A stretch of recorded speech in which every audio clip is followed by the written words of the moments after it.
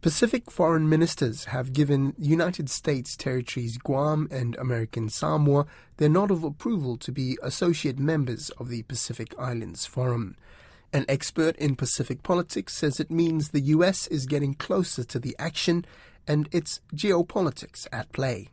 Meanwhile, France has approved a high-level Pacific mission to New Caledonia.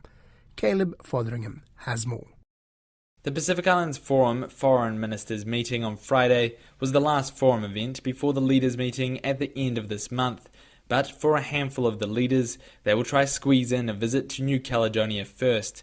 Forum Chair and Cook Islands Prime Minister Mark Brown shared the news that French President Emmanuel Macron has approved the high-level Pacific mission. Right now we are looking at what's the window of availability that we can attend New Caledonia, as long as it's before the leaders' meeting, which commences on the 26th of this month. So that's the complication there, not from the side of New Caledonia or France, more from our side to fit in with our calendars. Mark Brown says Tonga's Prime Minister, who is the incoming chair, may not be on the trip because of the upcoming leaders' meeting.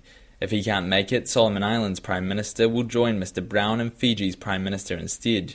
New Zealand's Foreign Minister Winston Peters, prior to the announcement, said it's still to be decided what role New Zealand will play. All of those things have yet to be worked out, but we are seriously concerned to ensure that the long-term outcome is a peaceful solution, but also where the economics of New Caledonia is sustained. That's important. Foreign ministers have also backed US territories Guam and American Samoa becoming associate members of the forum, upgrading from observers.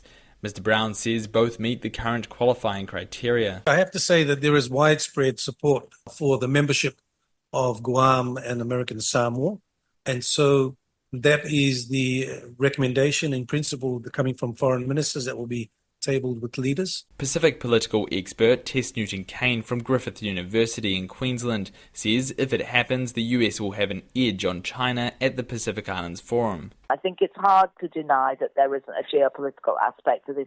I've argued for a while now that when it comes to the Pacific Islands Forum, the US has struggled with the fact that it kind of sits at the same table as China. They are both dialogue partners of the forum. Guam's governor earlier told RNZ Pacific the territory would ultimately want to become a full voting member. Tess Newton-Cain says it would be a push. She says it was a surprise in 2016 when French territories New Caledonia and French Polynesia were given full membership. But New Caledonia was then on a path to independence.